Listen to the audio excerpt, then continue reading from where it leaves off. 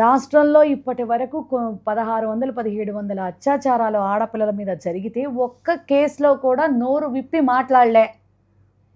తన సొంత నియోజకవర్గంలో కుల బహిష్కరణలు జరుగుతూ ఉన్నా నోరు విప్పి మాట్లాడలే.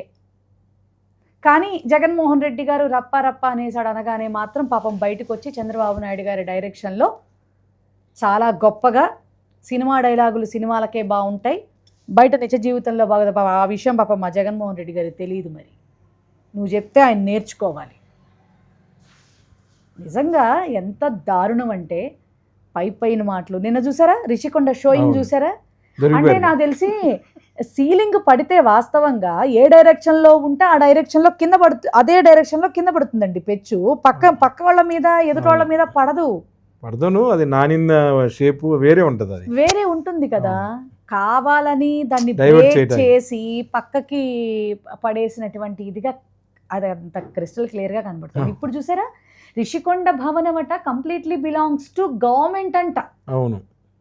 మరి మొన్నటి వరకు జగన్మోహన్ రెడ్డి గారి ప్యాలెస్ అన్నారు, గెస్ట్ హౌస్ అన్నారు.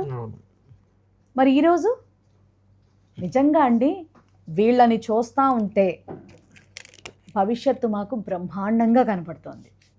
వీళ్ళు వేసే ప్రతి అడుగు జగన్మోహన్ రెడ్డి గారికి ఒక బ్లెస్సింగ్ అన్నమాట.